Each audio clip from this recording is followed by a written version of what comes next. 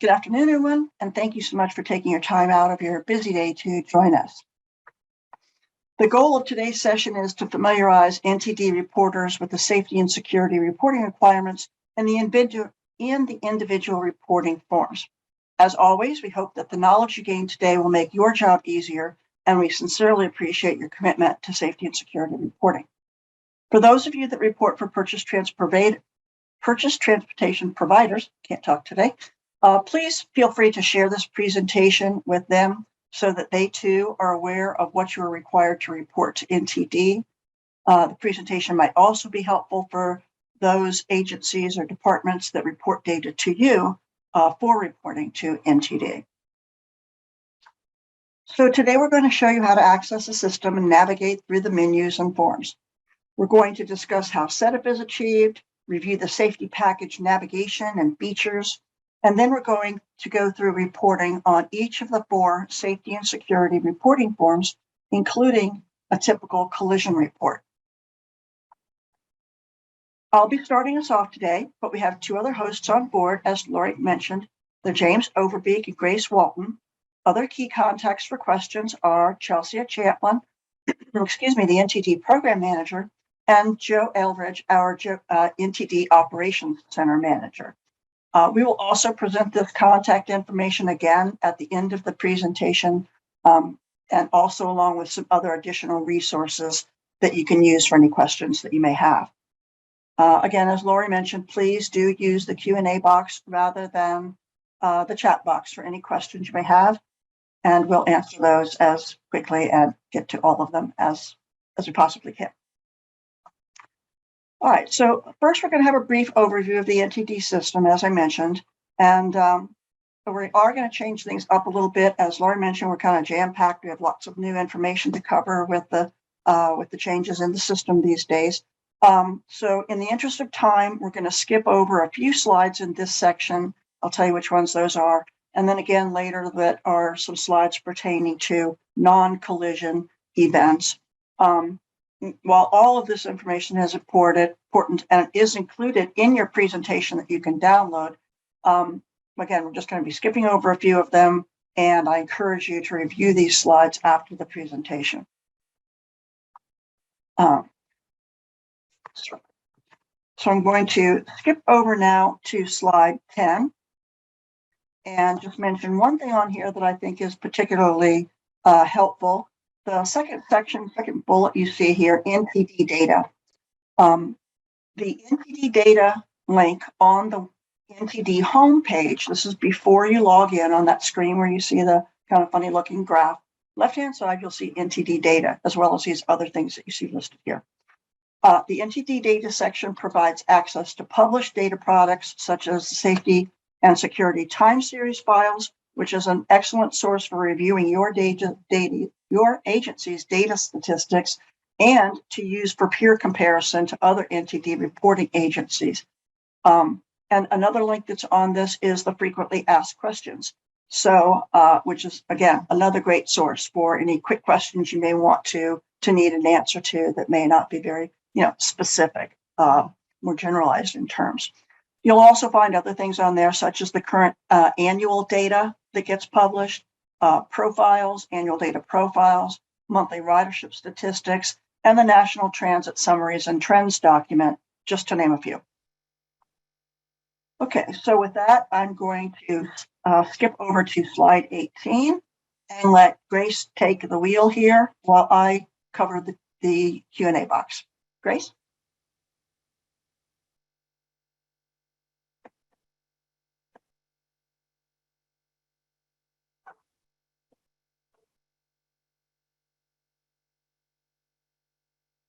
Thank you so much, Anne. All right.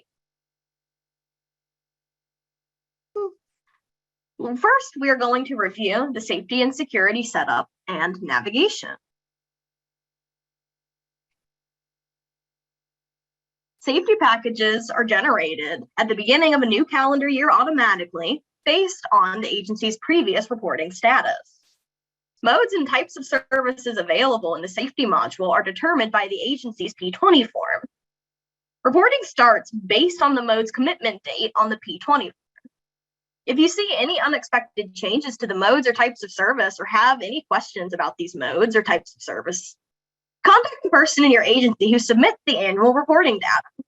Please do not attempt to modify the P20 profile, as changes made here can affect all aspects of reporting and may cause data to be deleted. The safety packages give you access to all safety and security reporting forms. Here's a list of all of the safety forms. We will go through each of these forms in more detail. As I mentioned, from the Home tab, click on the Safety module to view the available safety packages by year. Right now, we have 2 years open. To open a package, click on the blue folder and the agency ID number on the left. The next screen to appear is the summary view or landing page. If you want to bypass the landing page and go directly to the dashboard where you can access reports, click on the pencil on the right side instead. This is a screenshot of the summary view or landing page. At the top, you see the reporting year, your agency ID number, and name. Beneath that is your safety analyst's name and email address, and the safety and security reporting start and end date, which is the current calendar year. Below that, you see 3 table filtering boxes. The form name filter box is used to limit which forms you see in the form table below. The form status filter to view forms by status, such as returned or approved. And the mode/type of service filter to only a specific mode. You may use as many of these filters as needed. Below the filters is the form table. You can sort by any of the columns by clicking the column heading. A double click on the column heading will reverse sort it. You can also use your web browser's find feature by doing Control F and entering the number of the major report you want to locate. However, you must remember that you have to be on the right page to locate it. Remember, you cannot open any of these forms on the Safety Summary view. To access the forms, you must first click on the NTD Safety Forms button located in the upper right corner of your screen. When you click on the NTD Safety Forms button, the dashboard is displayed. It looks similar to the Safety Summary view, but here you can open existing forms and create major event forms by clicking on the File New SNS 40 button. To open an existing form, click on the blue form name and number link in the first column. This form table can be sorted and filtered, just as we discussed on the previous slide. Events with assaults and homicides occurring as a result of a collision are to be reported as collision events, not as a personal security event, as they were previously reported in 2022 and prior. This is to align with the new suicide and attempted suicide collection practices. Assaults on transit workers are to be reported whether or not there is an injury. Events with injuries will continue to be reported on the major event form. Transit worker assaults with no injury are to be reported on the SNS 50 form. This change in collections of assaults on transit workers is in effect for commuter rail operations as well.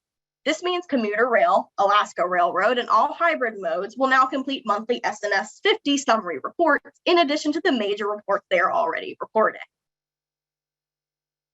There's a new exclusion to reportable events. This pertains to events occurring during the engineering or construction phase of a new rail transit system or the extension of an existing rail transit system unless they involve transit-related activities such as operations, testing, simulated service or pre-revenue service, or a transit-related maintenance activity.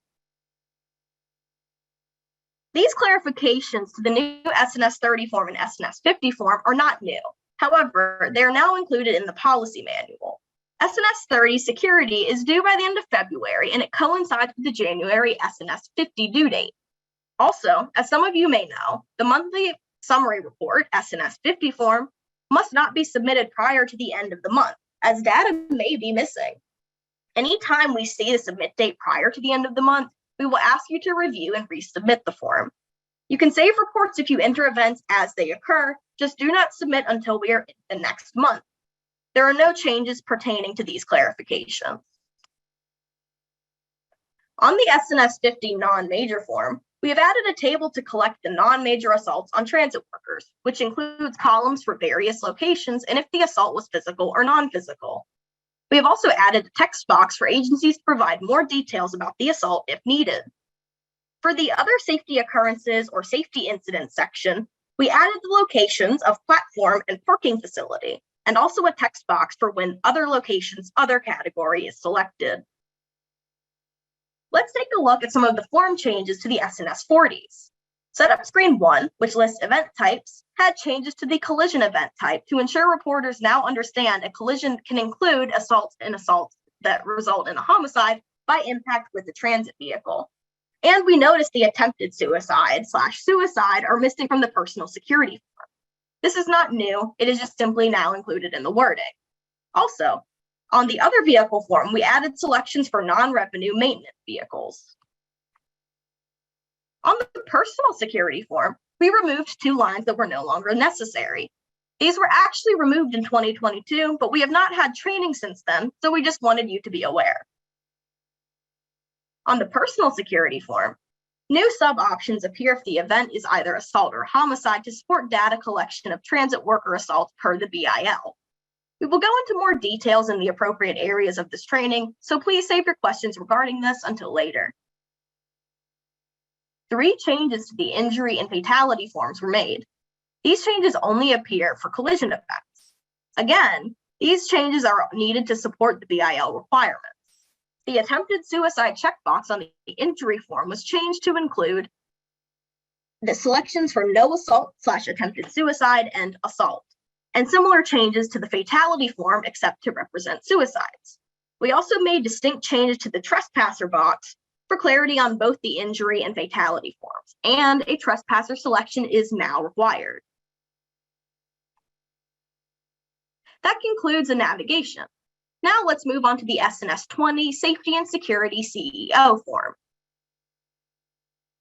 The SNS 20 CEO certification form is the CEO's confirmation of the accuracy of the safety and security data for the previous calendar year. The form becomes available on January 15th of the previous year's safety package.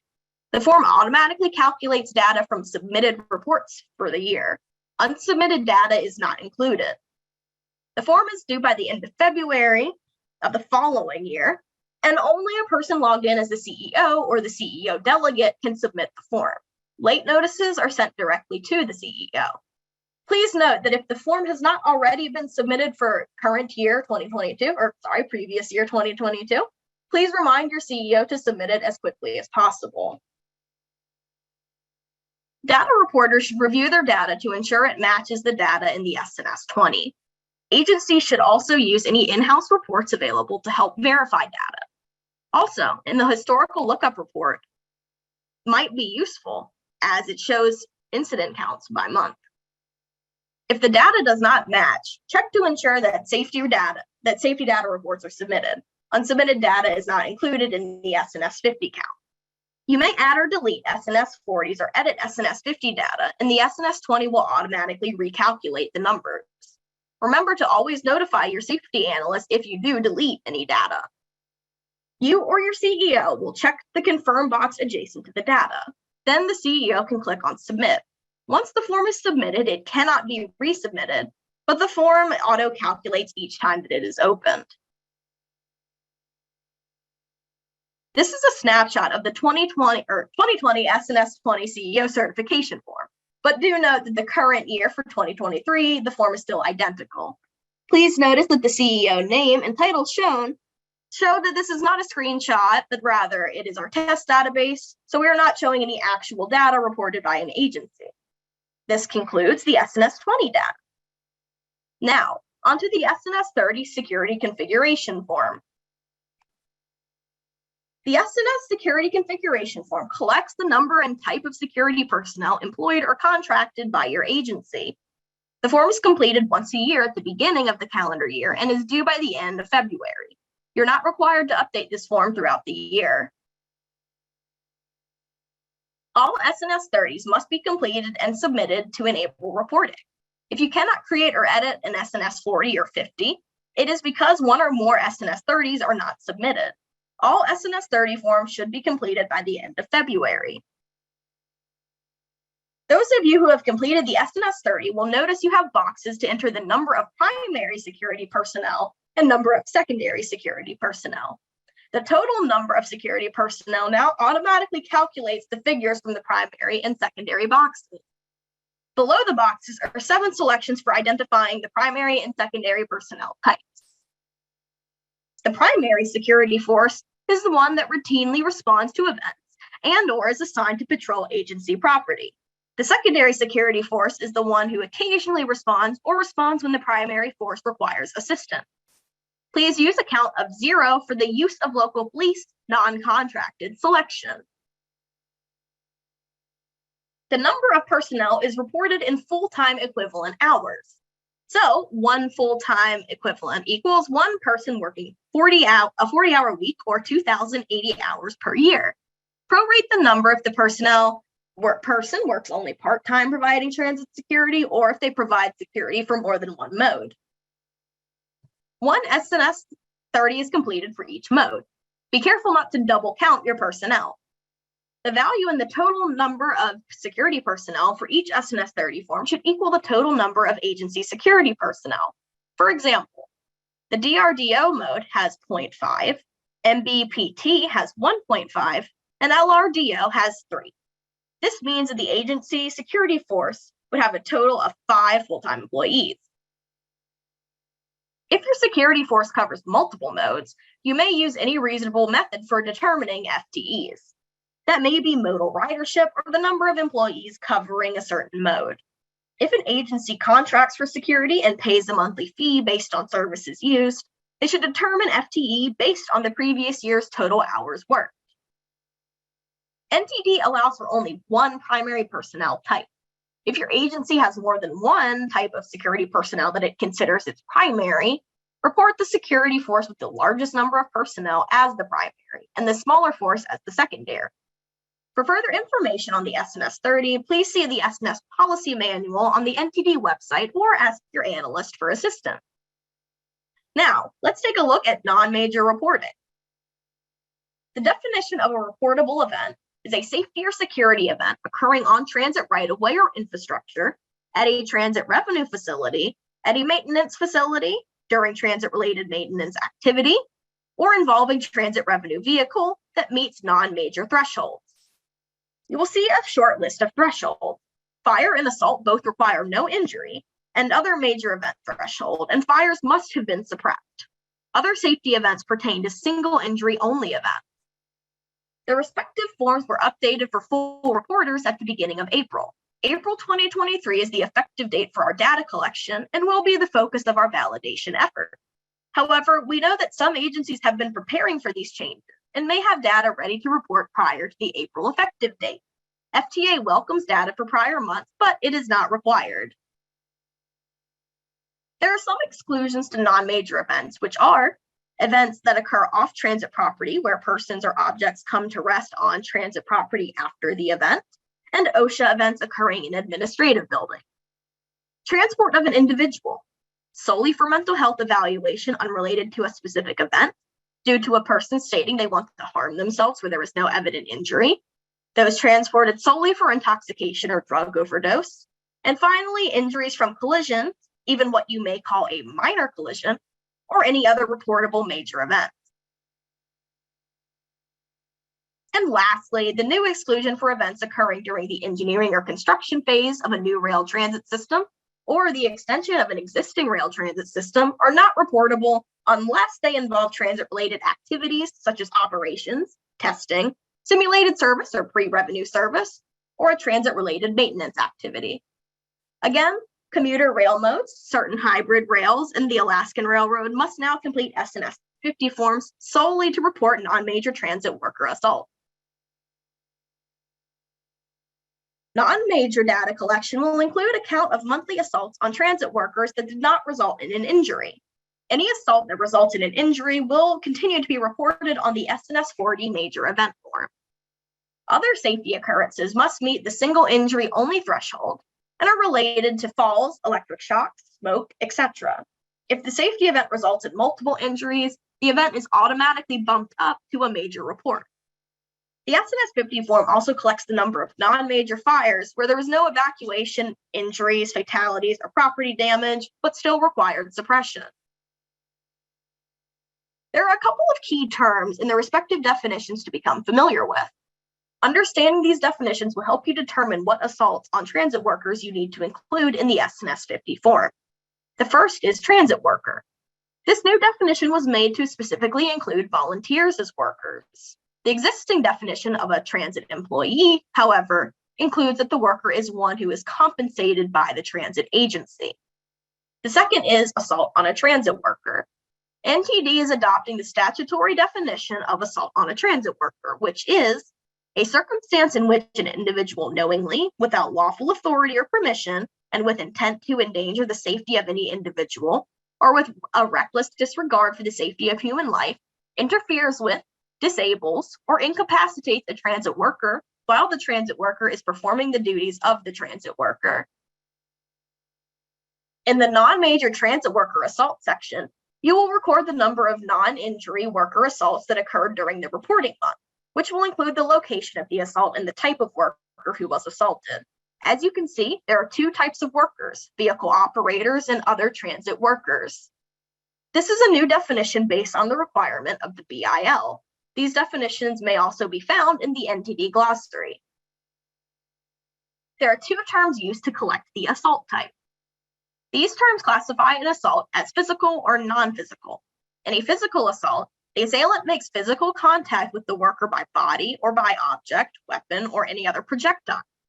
Projectiles may include bullets, any liquids, the assailant's saliva, or any other substance. In non-physical assaults, there is no physical contact with the worker.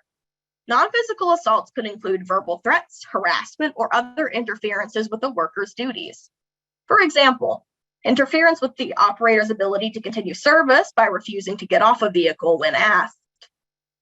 The form also provides an additional details text box to provide additional information about one or more of the assaults.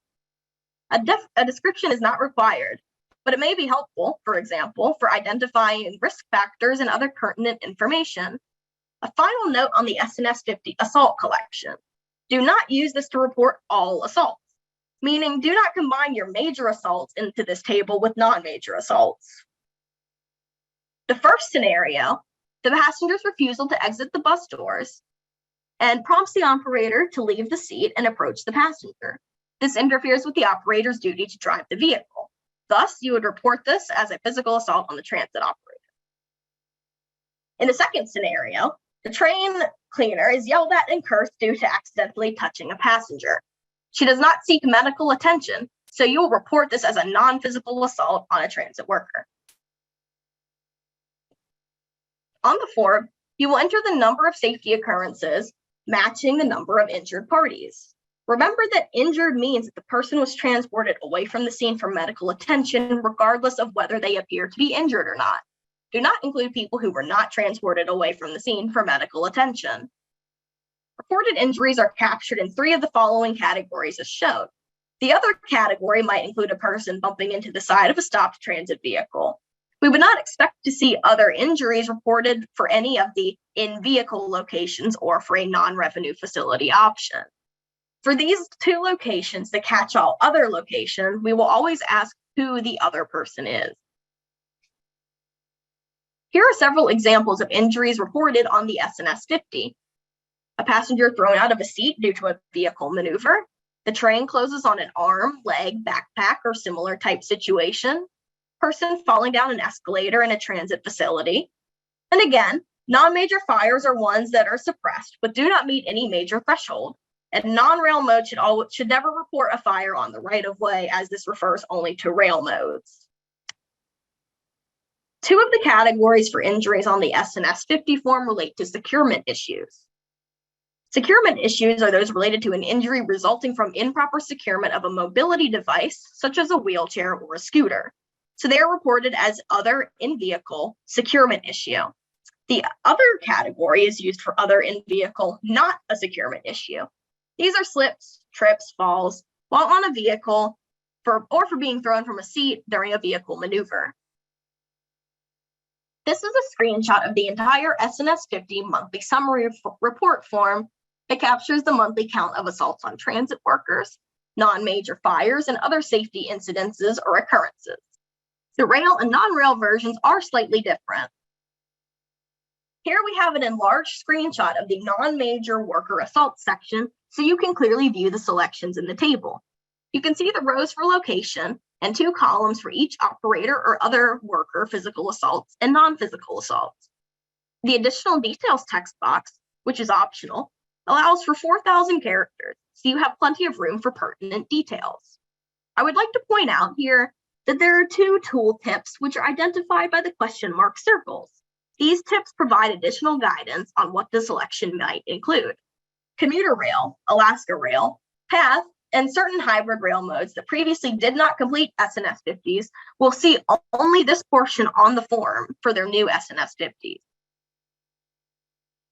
Complete and submit 1 form for each mode or type of service monthly. If no qualifying safety events occur for the month and mode, open the appropriate SNS 50 form and choose the checkbox adjacent to no data to report, then save and submit.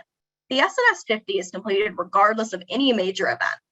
Please do not submit prior to the end of the reporting month. The form must show a submit date after the last day of the month.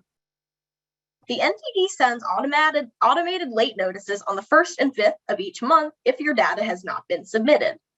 Please note that a report that has been saved but not yet submitted is considered late. If you get a late notice, please check to ensure all reports are submitted. If a form is still not submitted by the 15th of the month, a 3rd late notice is sent by your analyst. If there are extenuating circumstances why you cannot report, please advise your safety analyst. Remember, do not include injuries due to collisions, hazmat, system security, or acts of God events on the SNS 50. The SNS 30 and SNS 50 forms can be modified at any time. Some reporters like to enter events as they occur during the month. For these reporters, they can modify the form and save and close the form after each change. Your validation analyst reviews each report for accuracy. If we have any questions, we may return the report to you, call, or email you with our concern. If the return feature is used, the user login listed under the last modified user column will receive the email. Editing the SNS 40 forms will be reviewed at the end of this section. Now, I'm going to turn the presentation over to James to review major event reports.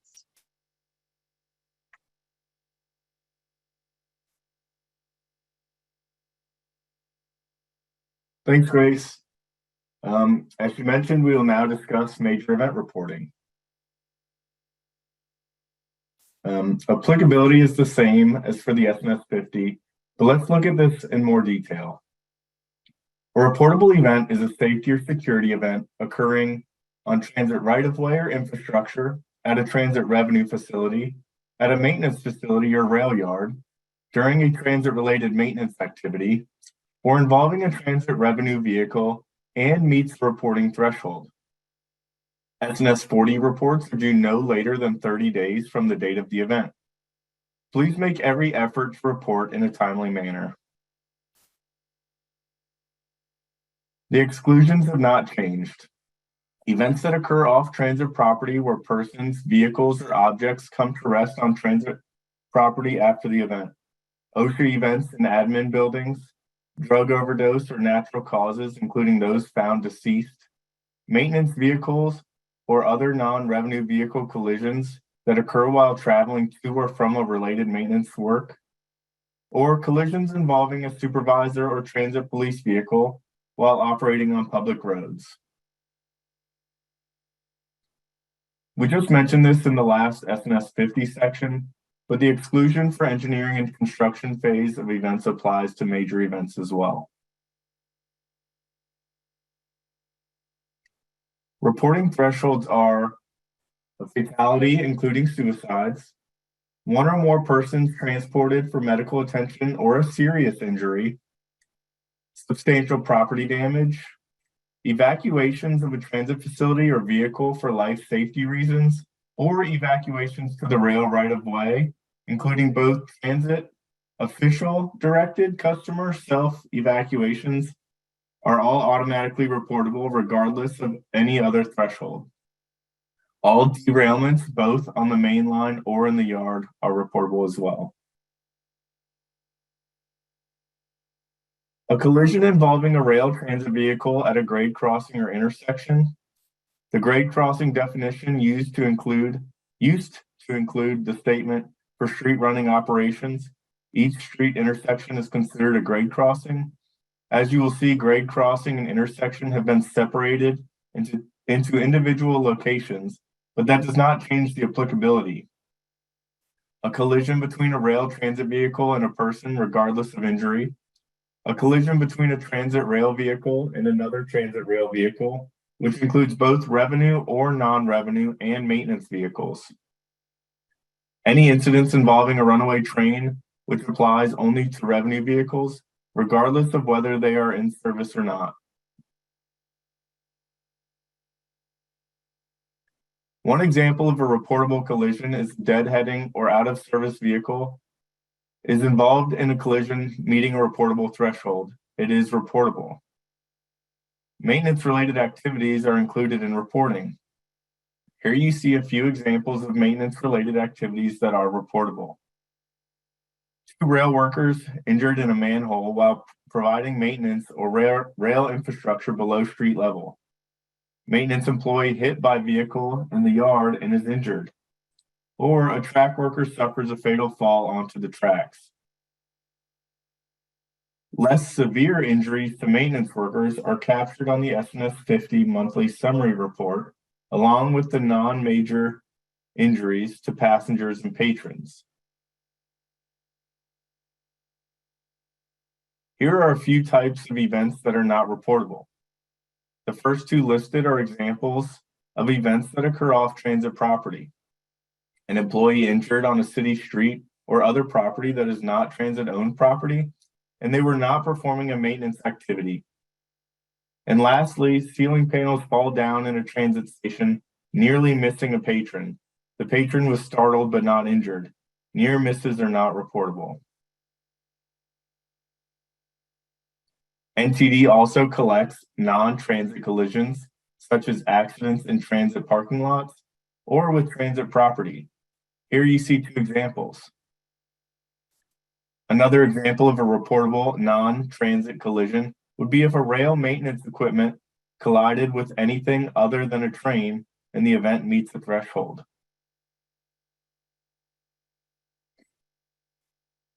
A fatality is a death confirmed within 30 days of a transit-related event. This includes transit-related suicides.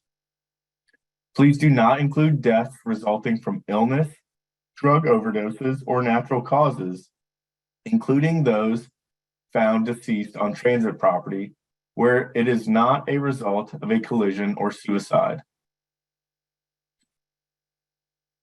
There are 2 types of injuries. An injured person is a person transported immediately away from the scene for medical attention, which is considered a non-serious injury. This includes transport by ambulance, transport by private vehicle, or any other types of transport. An injury may be deemed as a serious injury, which does not require transport from the scene. Whenever you report a serious injury, please describe the nature of the injury in the event description to corroborate the serious nature you reported. Someone knocked unconscious would meet the serious threshold, as that affects the brain. If an event is reportable, a 48-hour hold for mental health evaluation does not meet the serious injury criteria. Please note the injury thresholds are different between rail and non-rail modes. For non-rail modes, all injuries in this context would be considered non-serious. Serious injuries are defined by the following criteria. Requires hospitalization for more than 48 hours, commencing within 7 days of the date of the event. Results in a fracture of any bone. Causes severe hemorrhages, nerve, muscle, or tendon damage. Involves an internal organ, or involves 2nd or 3rd degree burns, or any burns affecting more than 5% of the body. We get many questions on how an agency is to find out about hospitalization or injury severity with current HIPAA regulations. Sometimes the agency will learn by the person or person's family that the injured party was admitted to the hospital, especially if there may be legal action. If not, FTA expects only a reasonable effort to attain this information. Exclusions include first aid administered at the scene. Medical attention due to illnesses should not be reported. Also, the exclusions regarding mental health evaluations, declarations of self-harm, intoxication, and overdoses are excluded, just as we mentioned in the SNS 50 section. The substantial damage threshold.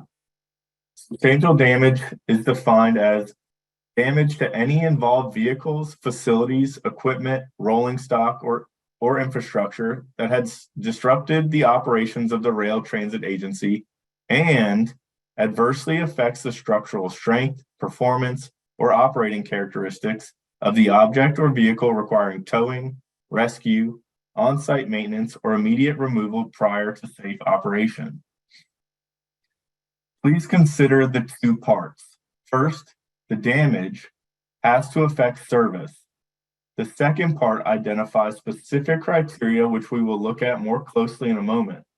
This includes towing costs or other costs to clear wreckage and debris. We have seasoned reporters that remember the $25,000 threshold. Please remember that dollar amounts are not a factor in determining substantial damage. To meet the substantial damage threshold, it must meet both parts of this criteria only. There are exclusions to the substantial damage criteria, such as damage to cracked windows, dented, bent or small punctured holes in the body, broken lights, mirrors, or removal from service for minor repair or maintenance, testing or video and event recorder download, as well as personal property and cost of accident or criminal investigation, medical claims, or litigation. So at first glance, both the inclusions and the exclusions refer to on-site maintenance and removal from service. Most agencies have policies to remove vehicles from service for post-accident inspections or evaluations.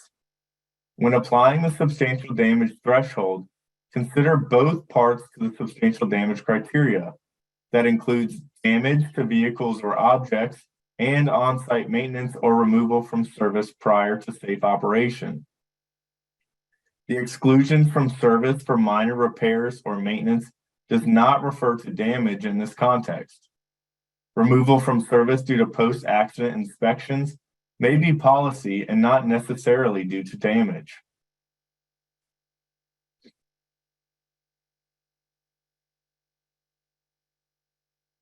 Continuing with an example of the exclusions from service for minor repairs. In a non-transit collision where a vehicle hits a catenary pole, disrupting service, the repairs could be minor but still disrupt service significantly. Agencies would report substantial damage if the passenger vehicle or overhead contact system is substantially damaged as a result of the event. Regarding the towing portion in the substantial damage criteria, this does not pertain to the towing of the train, but does refer to the other vehicle involved towed due to disabling damage in order to meet the threshold. For example, there is a mid-block collision with no injuries or fatalities, yet the car is towed due to disabling damage. You would select the substantial damage option on setup screen 2.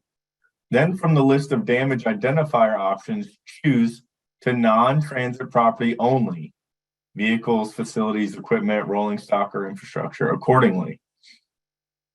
Then on the other vehicle form, answer yes to the question, was the vehicle towed from the scene due to disabling damage as a result of the collision? A vehicle towed because the driver was transported for injuries does not meet the towaway for disabling damage criteria. Rail transit vehicle collisions at a grade crossing or at a street intersection are automatically reportable, regardless of any other threshold. This includes pedestrian crossings at stations and pedestrian crosswalks at intersections. Note that the inclusion for the word intersection does not change the threshold. It is to support the new intersection location for street running mixed traffic operations. We will cover this more when we get to the collision event information and collision information sections. A collision between a rail transit vehicle and a person is automatically reportable, regardless of injury or fatality. For example, if a pedestrian walks into the side of a moving train and is not injured, you report the collision with a person, but do not include an injury form. Rail transit vehicle includes rail maintenance vehicles. As a reminder, if a person bumps into a train that is not moving, it is to be reported as a slip or fall on the SNS 50. Rail-to-rail vehicle collisions are automatically reportable, including any configuration of 2 or more revenue or non-revenue vehicles. Again, we reiterate that, a collision between a flat car and a train would meet the rail-to-rail collision threshold. Also, that hand-powered rolling stock are not considered vehicles, so this example would not be considered a rail-to-rail collision, but may still be reportable if it meets the threshold. The same would be true for a non-revenue vehicle colliding with a person or object. This table is designed to assist you in how to report a rail-to-rail collision, showing if the events meet the automatically reportable threshold and the number and types of vehicles to include. When you create a rail collision report, the collision event form requires you to enter how many transit trains are involved and how many other vehicles are involved. In the last row, you see that when a work train or maintenance vehicle collides with an object, person, or rail equipment, as we just mentioned, the event is still reported as a rail collision, but a threshold such as injury or property damage must be met to be reportable. Agencies are required to report all derailments, both mainline and those occurring in the yard, regardless of meeting any other threshold. This includes derailment of trains in revenue or non-revenue service and maintenance vehicles. Cases where a wheel or wheels leave the rail and return to the rail, and derailment of any rail transit vehicle in revenue service or otherwise, which is part of a consist being pushed or pulled by powered track equipment. The runaway train threshold applies only to moving revenue trains in or out of service and not work trains. This includes manned or unmanned trains. Runaway train events may be reported under the collision, derailment, or other safety event categories.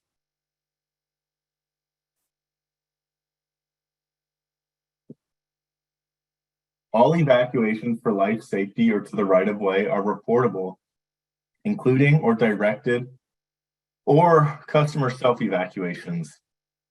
An evacuation for life safety means there is imminent danger to people in that environment.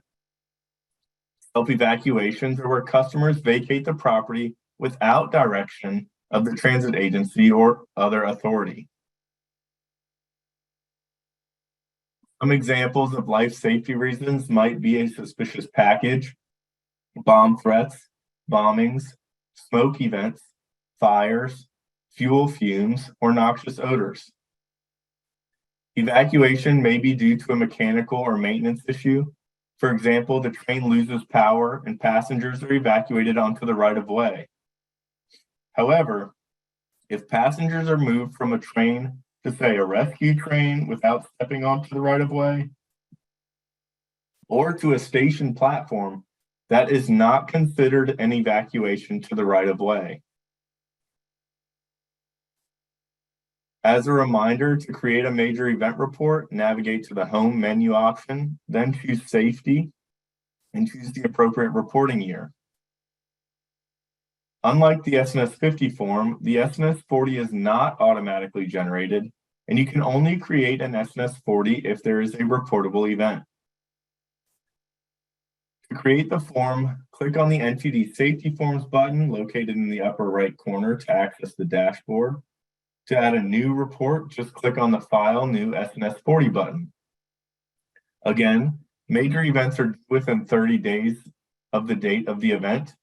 Please make every effort to report in a timely manner. The predominant use rule. If you have an event that includes 2 or more transit modes from your agency, how do you choose which mode to report under? If the event involved your rail mode and a non-rail mode, such as a streetcar and a bus, choose rail. The first 2 screens will act as a wizard to help determine if the events meet the thresholds. Screen 1 captures the date of the event, the mode and type of service, and the event type. This is a snapshot of setup screen 1.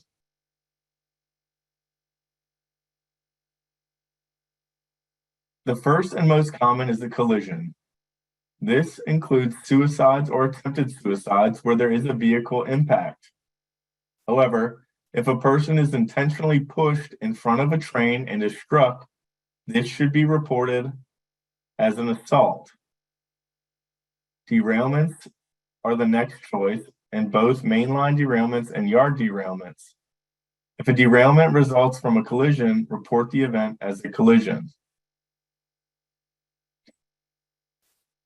Agencies also report fires, hazmat spills, acts of nature, and other safety events that meet a threshold. Each of these will be discussed in more detail later in the presentation. There are 2 categories of security events. They are system security events such as arson, bomb threats, and burglary, suspicious packages, vandalism, etc. Basically, they are events that affect the transit system as a whole. And secondly, personal security events such as assault, robbery, homicide, attempted suicide, rape, larceny, etc., that affect 1 or more persons. Just as with the other event types, the event must meet a threshold. Suicides or attempted suicides that are not collisions are reported here. The second setup screen asks you a series of questions, some of which are based on the mode and/or type of event you are reporting. This is to determine the reportability of the event and the subforms that need to be generated. This is only a list. We will cover each in more detail. First is the number of injuries and/or fatalities. Then there's a substantial damage indicator, and you select what type of property was damaged. Then the evacuation threshold question. If you're reporting a collision in rail mode, you will also be asked 4 other questions. Were transit vehicles involved in this event? Was the event a collision at a grade crossing or intersection? Was the event a collision with another rail vehicle or person? And did this event involve a runaway train? This question also appears on the derailment and other safety event versions of screen 2. This is a snapshot of setup screen 2 for rail mode collisions.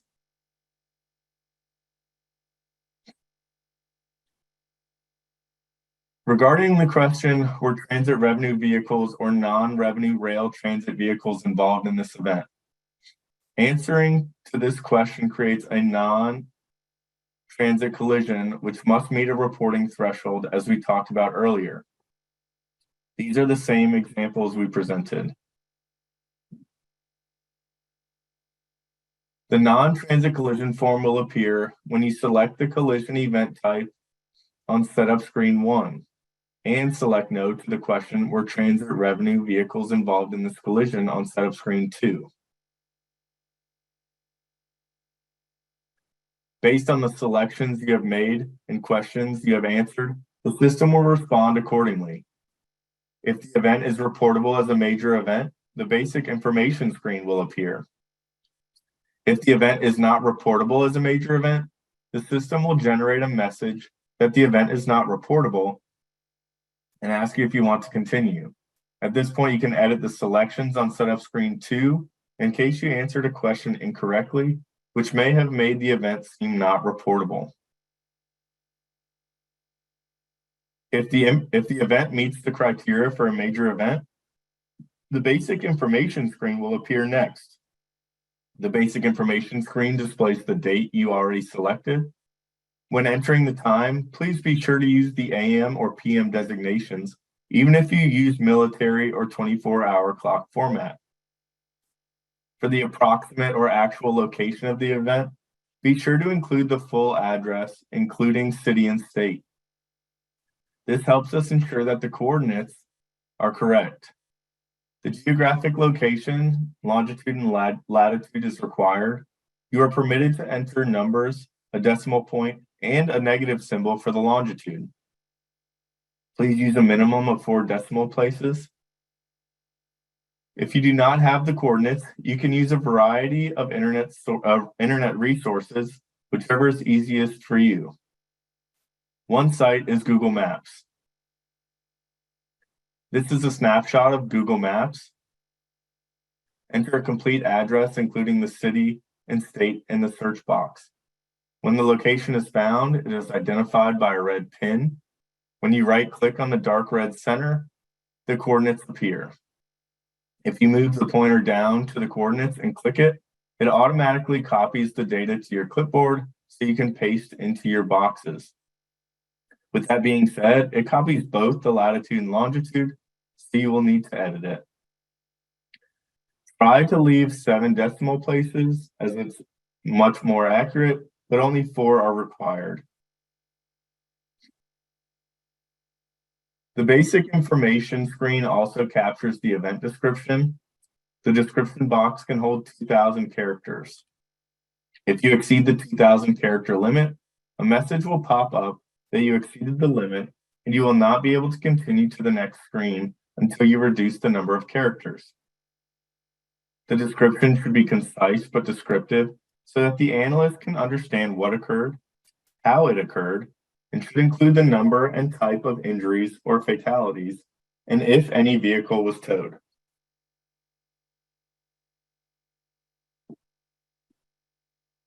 You may have noticed the event description did not include any personally identifiable information, such as names, addresses, badge or driver's license numbers, and so on. However, please do continue to include ages and genders, as that helps validate injuries. There are event type checkboxes for attempted suicide and suicide. Please make sure this selection is also made on the injury or fatality form accordingly.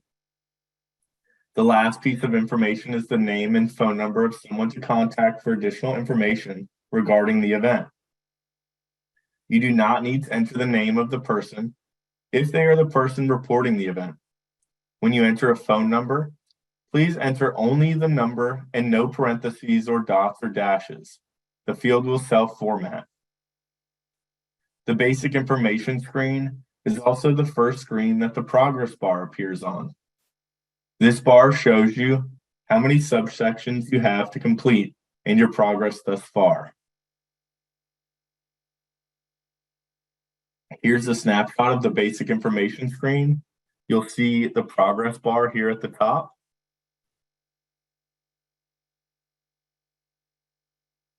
Before we start reviewing the details of reporting a collision, you may recall that I mentioned one of the big changes is in reporting an assault that results in a collision with a transit vehicle as a collision event.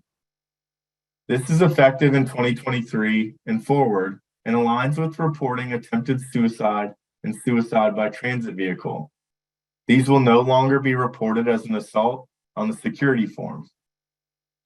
When we get to the injury and fatality forms, you will see how you indicate the assault, if an injury, or homicide, if a fatality. The collision screens will vary slightly depending on the selection on setup screen 2.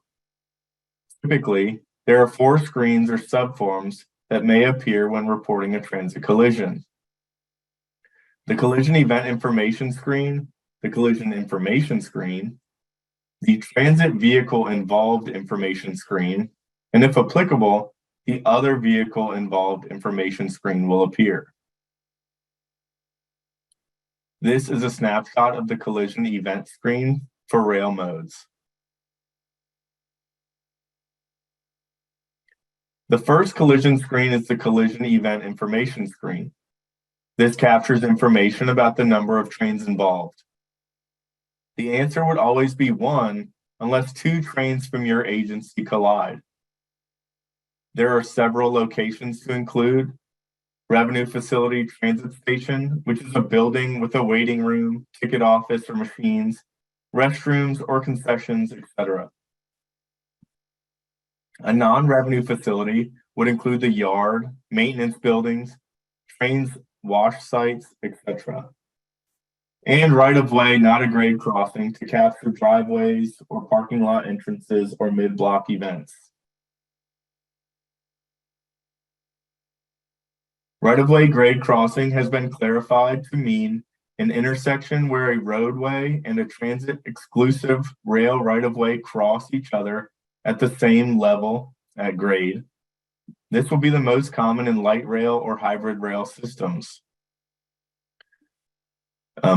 One of the newer options is right-of-way intersection.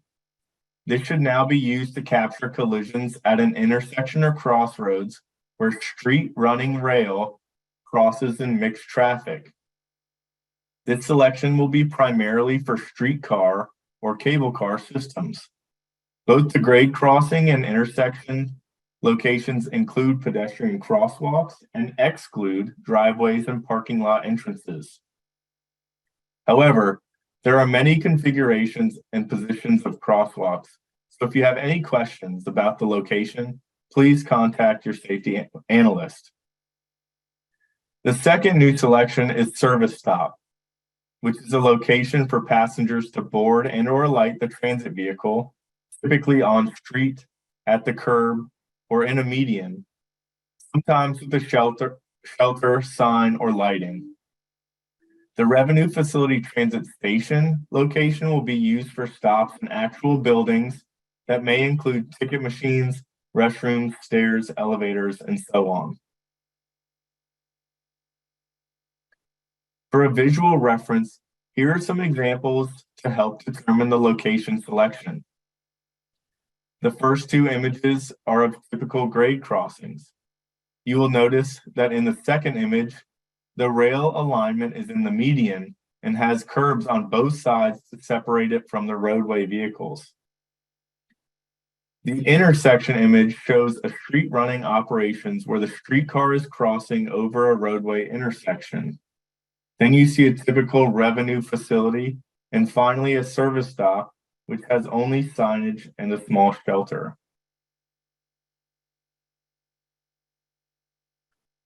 For the collision with selection, indicate what the train collided with, such as another vehicle, person, animal, fixed object, and so on. A collision with a bicyclist, pedicab, or a person in a wheelchair is reported as a collision with a person. Scooters, mopeds, and motorcycles, school buses, or dump trucks are all reported as a collision with a non-transit motor vehicle. Use the other selection only when no other selection is appropriate. Collision with a transit vehicle is used when 2 transit vehicles from your agency collide. Choose the appropriate collision with, depending upon if the train was in or not in service. In a multiple impact collision scenario, report the collision with as the first object impacted. For example, a train collides with a car and then that car hits the building. The collision with selection would be non-transit motor vehicle, and you would include the damages to the building and that the building was struck in the event description. Let's look at a few examples of how to determine how many other motor vehicles to report. As we showed in the table earlier, when 2 non-revenue maintenance vehicles collide, you do not enter a transit revenue vehicle, but include 2 other vehicles to generate the correct forms. If car 1 cuts off an LRV, light rail vehicle, but no contact is made, and the LRV goes on to hit car 2, the number of other vehicles to report is 1 because only car 2 had contact. If car 1 hits car 2, then proceeds to hit the LRV, the number of other vehicles to report is 2. Both car 1 and car 2 had contact. Please note this box is not the total number of vehicles in the collision. It is only the number of non-transit vehicles involved. So please do not include the transit vehicle in this number. After the collision event information screen, the collision information screen will appear. Also, here you see a breakout of the service stop control devices if a service stop is the location.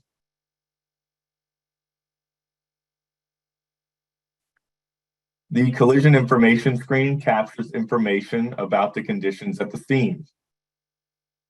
The collision information screen captures information such as the weather and lighting conditions at the time of the collision. The twilight section is used to refer to both dawn and dusk when it is not full light or full dark out. Please be sure your lighting corroborates the AM, PM time you entered on the basic information screen. Indoors is not used to indicate street lights or lights at a station platform. The conditions of the roadway is also collected, such as wet, dry, icy, etc. Under rail alignment, let's look at 2 of the options. The first is shared with other rail vehicles, controlled access to other non-rail vehicles. You would use this selection when the rail alignment is a semi-exclusive right-of-way with controlled grade crossings for vehicular traffic. The second is non-exclusive right-of-way shared with vehicles or pedestrians, would be selected when the rail alignment consists of rail tracks that are embedded in the street and cars can drive over them or pedestrians can walk over them in the same area that the transit vehicle travels. Neither of these options would be selected if the mode is heavy rail, since the heavy rail alignment would always be exclusive, except for 2 specific agencies. Intersection, grade crossing, and service stop control devices now appear accordingly based on the location. At this point, we have completed the collision information screen.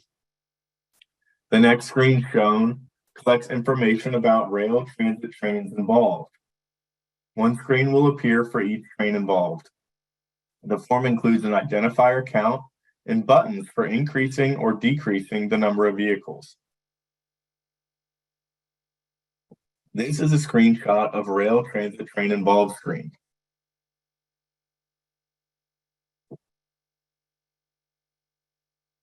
The form captures the information about the revenue vehicle, how many cars are in the consist, how many cars, if any, derailed, the vehicle action at the time of the collision type, which is part of the train, that was impacted, the vehicle speed, and finally, if a runaway train was involved. The fleet involved section integrates with your agency's most current A30 revenue vehicle inventory form. There's a separate A30 form for each mode and type of service. With this integration, you will choose the vehicle from the list of available options for that mode. When the selection is made, the vehicle manufacturer and fuel type are already part of the selection, thus eliminating making an incorrect selection. If you are operating a new manufacturer that is not in the A30, you will have an option to add the vehicle into the form. However, adding a vehicle to the collision form does not update the A30 form itself. If you have questions about the A30, please contact the person at your agency who completes the form. This is a screenshot after clicking on existing fleet button. The grid displays the available options from your A30 for that mode you are reporting with columns representing pertinent data. Some agencies may have many selections, so you can use one of the 4 filter boxes to reduce the grid to show only certain ID numbers, certain vehicle types, or vehicle manufacturers. To select a vehicle from the fleet, click on the checkbox located to the left of each option, then click on Add Fleet button at the bottom. Once the selection is added, the total vehicles and active fleet vehicles columns shown here will disappear and the agency fleet ID will appear. This field is more beneficial to the permanent record and for reporters for vehicle identification. If the vehicle is not listed with the existing fleet, the user may add a new vehicle by clicking on the New Fleet button. The grid will display drop-down boxes to select a vehicle type, vehicle manufacturer, and a vehicle fuel type. These are lists of all possible options, unrestricted to the agency's A30. After making your selections, click on Add Fleet. This is a screenshot after clicking on the Add Fleet. If you need to make a correction, click on the red X under to remove the column heading and start over. You all may know that lately we've been using the New Fleet option, but the existing fleet functionality should be up and running, so please be sure to use the existing fleet.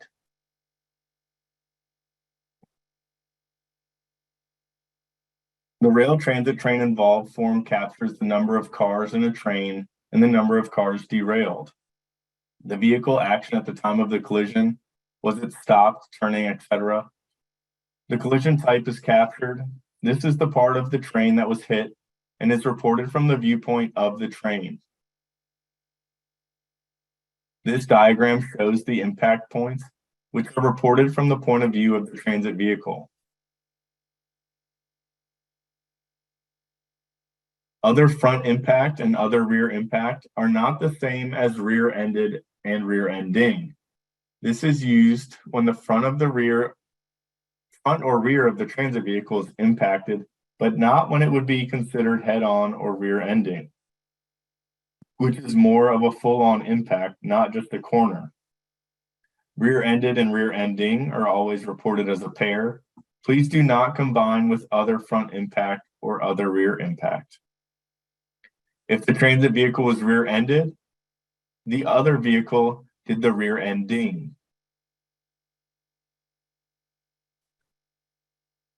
Well, many times we have multiple vehicle accidents or chain reaction accidents can be challenging to report.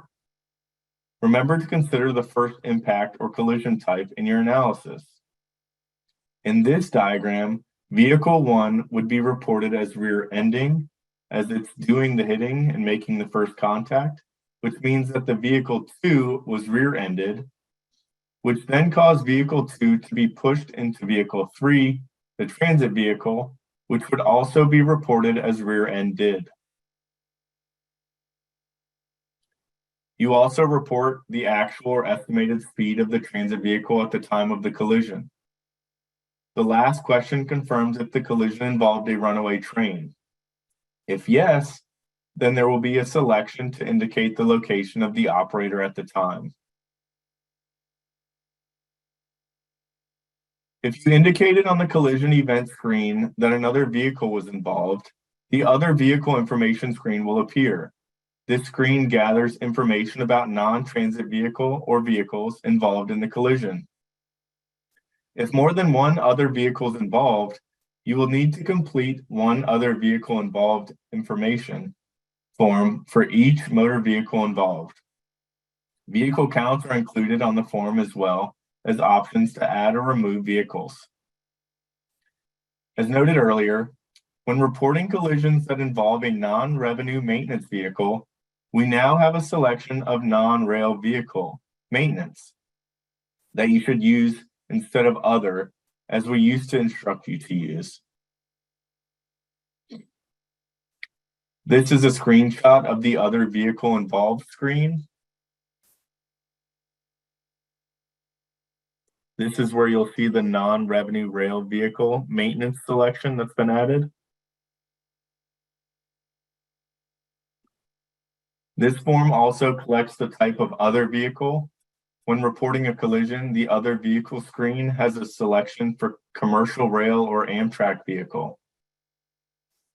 The automobile option would be used for both cars and passenger vans, like a Dodge Caravan, for example.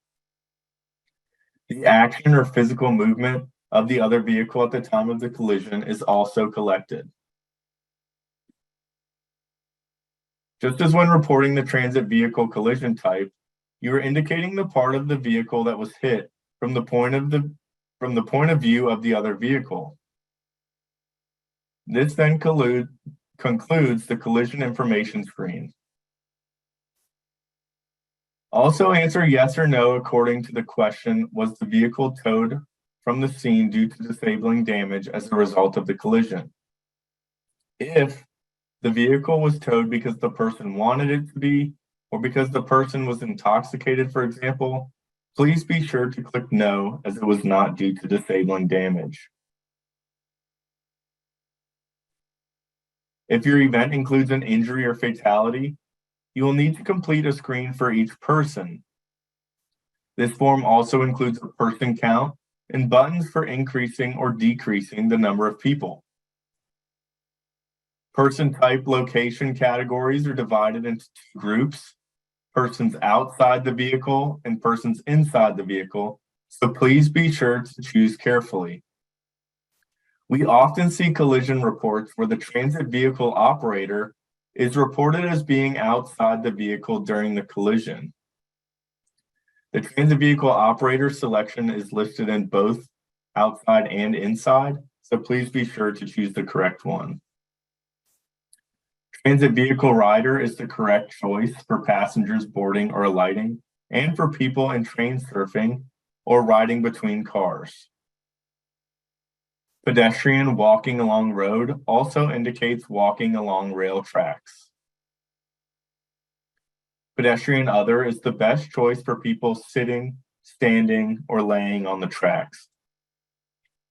Only the injury form includes selections for the nature of the injury, serious or non-serious, and a checkbox to indicate if the person was transported.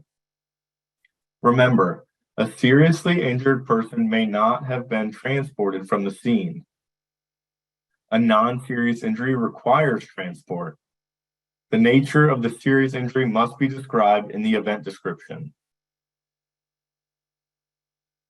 The attempted suicide checkbox has been modified into 3 radio buttons options pertaining to attempted suicide, assault, suicide, and homicide. It's important to note these changes appear when reporting a collision. The injury and fatality forms for the remaining event types will remain as is. You'll want to make an appropriate selection and ensure the selection is corroborated in the event description by third-party account, police reports, CCTV, etc. For example, if a person is intentionally pushed in front of the train and thereby is assaulted, and the train strikes the person, you would choose assault on the injury form or homicide on the fatality form accordingly. Ergo, if a person fell in front of a train and was struck and injured, you would select no attempted suicide assault on the injury form. Similarly, the trespasser checkbox has been modified into 3 radio button options pertaining to trespassers. Selections for trespasser, not a trespasser, and insufficient information. A trespasser selection is required. The insufficient information is to be used only when there is no corroborating data to confirm this was intentional. Trespassers are people in unauthorized areas, typically in facilities. Just as with attempted suicide, if there are police reports, eyewitness statements, etc., to account for trespassing, please include the information in the event description. Using the word trespasser or trespassing is very helpful to the analyst. Just as with attempted suicide, if there are police reports, eyewitness statements to account for trespassing, please include the information in the event description. As mentioned, it's extremely helpful to the analyst. Trespassing events are not reported on the event level, and trespassing is not a threshold. Rather, we collect trespasser injuries or fatalities. Here are a couple of examples in determining trespassing for your review.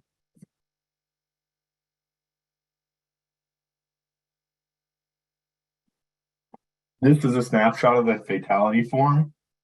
Notice the operator can be either inside or outside vehicles. As mentioned, this is a very common mistake for someone to choose the operator option from outside the vehicle during a vehicle collision.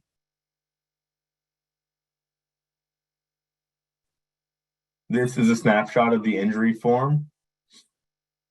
As you can see, the transit vehicle operator outside and the transit vehicle operator inside.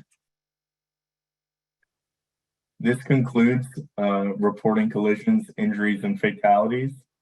And I'm now going to pass it back to Grace to finish off the presentation.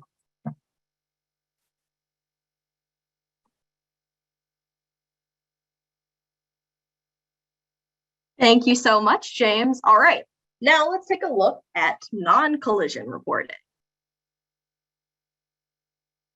Earlier, we discussed evacuations. Evacuations can be included in any event type, but they're less common in collisions. If an evacuation is incorrectly included or excluded, you cannot add or delete it from a report. The entire report will need to be deleted, and a new report entered with or without the evacuation. Evacuations are not a person removed from the vehicle for medical treatment or cut from a vehicle with jaws of life, a person hit by a car on a city street that lands on rail right-of-way, transferring passengers from one train to another, where the passengers are not placed on the right-of-way. This is a screenshot of the evacuation subform. The first question on the evacuation event screen is to confirm that the evacuation was for life safety to the rail right-of-way, and if either of these situations was a self-evacuation. You may select as many options as needed. Include a brief description of the evacuation, including the cause in the event description. The "what was evacuated" question is used to indicate what was actually evacuated. One choice could include vehicle/vessel, which would mean the train itself. Do not report the location of the train at the time. Once the evacuation subform is generated in a report, it cannot be deleted. So if an evacuation is incorrectly included, the entire report will need to be deleted and a new report entered without it. Similarly, you cannot add an evacuation subform to a report. Reporting derailments are automatically reportable. All derailments of transit trains on mainline track or in the yard are reported, even if the train is not in revenue service, and regardless of any other major event threshold. Again, derailments include situations where the rail leaves the track and then re-rails. Maintenance equipment, such as high rail vehicle derailments, are also automatically reportable. Please be sure to select one rail transit vehicle involved, even though this generates the train's form. Also, on the train involved form, select new fleet, and in the vehicle type selection, choose non-revenue rail vehicle maintenance instead of other, as you usually do. Reminder, derailments resulting from a collision are reported as collisions, not as a derailment. We have discussed the new engineering and construction phase exclusion, which also applies to derailments. Additionally, there are two other exclusions that were in the last year's policy, but our training was before that change, which was really more of a clarification. The first, regarding a split switch, is not considered a derailment, and derailments of hand-powered equipment is not reported as a derailment, as they are not considered vehicles. This is a screenshot of the derailment form. As you can see, the form collects the type of derailment, where the derailment occurred, the number of trains involved, the location of the derailment, and the right-of-way configuration. This is a screenshot of the derailment rail transit details form, which is much like this collision information screen, collecting lighting/alignment and conditions. This is a screenshot of the derailment rail transit train involved form. Regarding the fleet selection, if this is a derailment of a high rail or other maintenance vehicle, choose new fleet for the vehicle type and manufacturer type, and please use the other selection for the time being. However, you will soon see an option for rail maintenance vehicle on the form. Notice the same integration of the A30 form, which is completed just as we discussed under the collision section. The form also collects information about the train involved, including if the derailment was due to a runaway train. And as Anne mentioned earlier, we're going to skip a couple of slides, so I am skipping through a couple of these. And on to system or personal security events. There are two categories of security events on screen one. System security or personal security events, which must meet one or more of the following thresholds. System security events occur on transit property and affects the transit system as a whole. Personal security events happen to individuals on transit property or those boarding/alighting a transit vehicle. This is the form used to report attempted suicide or suicide where the event does not involve contact with a train. Now let's talk about assaults on transit workers. As you know, we have been collecting assaults on transit workers when there is an injury for many years. However, we now have two new terms and definitions to learn. The first is for transit worker.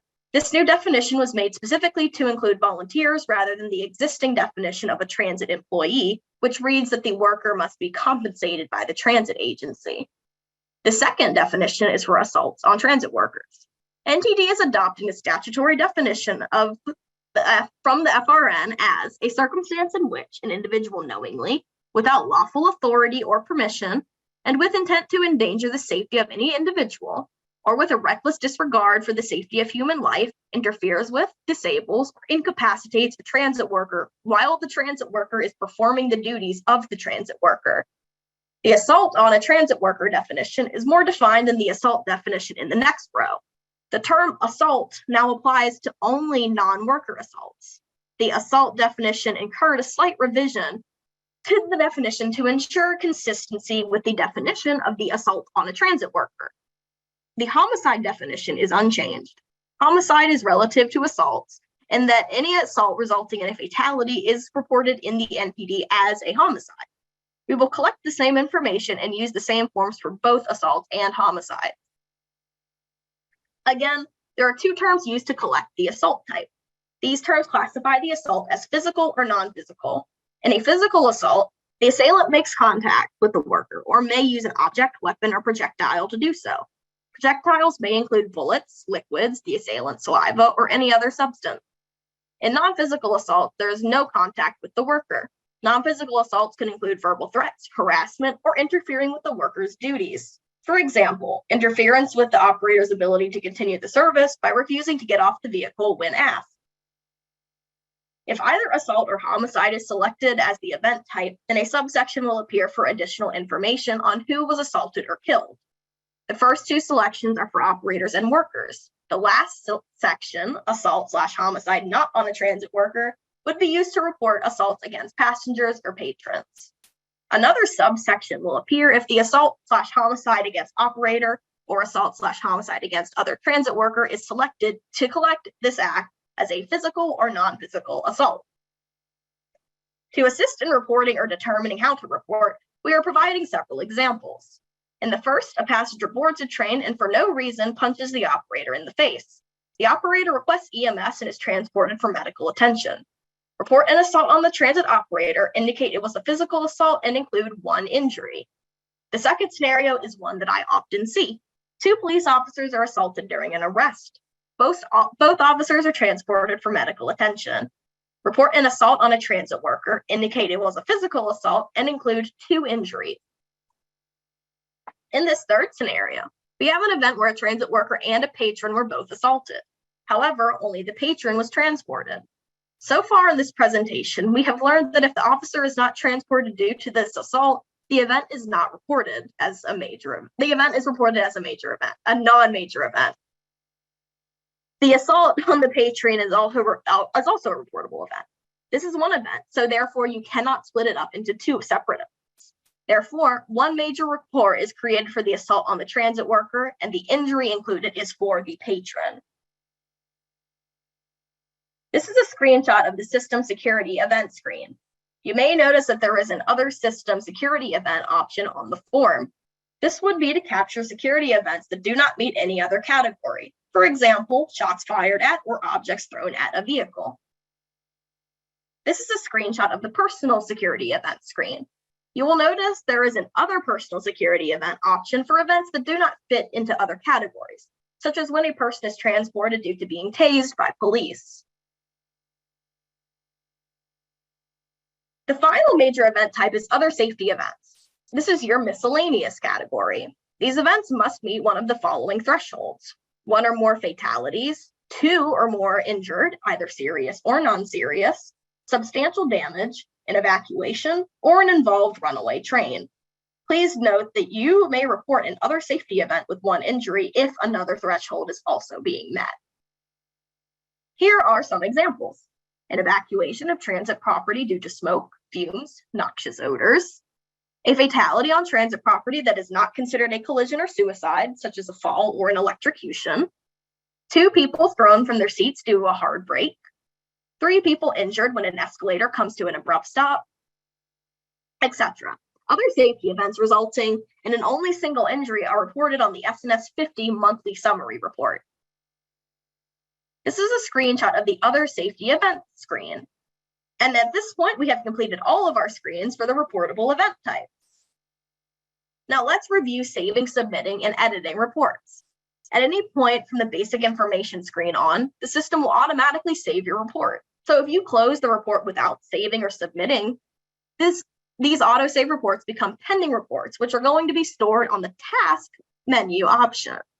When you are ready to complete the report, click on the task menu option and you will see a listing of each task. Major event report tasks will appear with SNS 40 in the title. Just click on the task and the system will return you to the screen you were on when you closed the report. Complete the report and save and submit, or if you no longer need the report, you can choose to delete it instead. Save and submit options appear when you are in view form mode. If you do not see a save or submit button, click on the view form button and scroll to the bottom. Once you click on save, the report is saved and given an event number at the top of the report. The report stays open so that you may review it. When you submit a report will close and return you to the dashboard. Submitting the report releases the report to validation. It also notifies the analyst that a report has been created and edited. Please note that unsubmitted reports are excluded from the event, injury, and fatality accounts on your SNS 20 CEO certification form. Analysts may return reports to you for questions or to make corrections. The system will send the last modified user 1 email for each report that is returned. After you make corrections, be sure to save and submit it.